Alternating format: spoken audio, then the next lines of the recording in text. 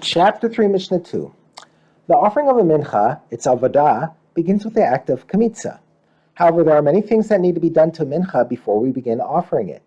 The Mishnah now presents a list of actions that are normally part of the process of preparing a mincha, but which do not disqualify the mincha if they were not done.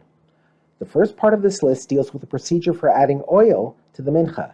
Most menachos must be made with a log of olive oil added to them. See Chapter 5, Mishnah 3. With the majority of these, the oil is added in 3 stages. Some of the oil is poured into the bowl before the flour is put in. Once the flour has been put in, more oil is added on top of it, and the entire mixture is then mixed. This stage is known as mixing. Finally, the rest of the oil is poured on top of the mixture. Pouring.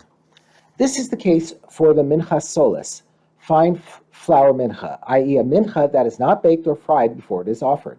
However, in the case of the fried menachos, once the flour and oil have been mixed together, the mincha is fried, and the fried cakes are broken into pieces before kamitza.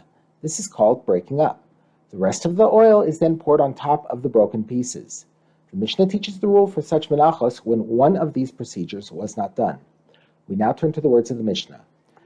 If a Kohen did not pour the rest of the oil into the mincha after it was mixed, rather a non-Kohen did it, or he did not mix the flour with the oil, or in the case of a mincha that is baked or fried before it is offered, he did not break up the baked or fried mincha into pieces before making kamitza, or if a Kohen did not salt the komets before burning it on the mizbeach, rather a non-Kohen did it, or if he did not wave the menachos that needed to be waved before making kamitza, or he did not bring the mincha near the southwestern corner of the mizbeach before making kamitza, or if he broke the mincha into larger pieces than they should be, or if, in the case of some of the baked menachos, he did not smear the mincha with oil as he should.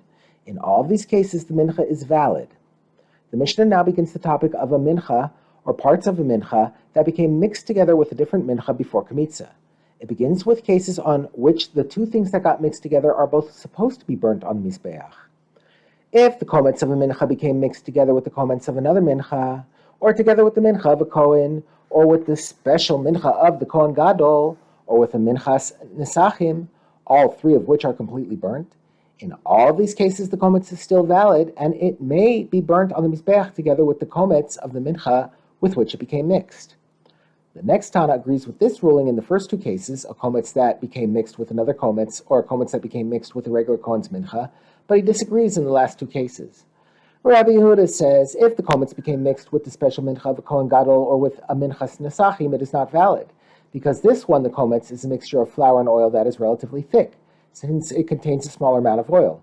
Whereas this one, the mincha of the Kohen Gadol and the minchas nesachim, is a mixture of flour and oil that is relatively loose, since it contains a greater amount of oil, and they absorb one from the other. That is, the komets of the regular mincha, because it has a lower concentration of oil in it than the other 2, absorbs oil from them.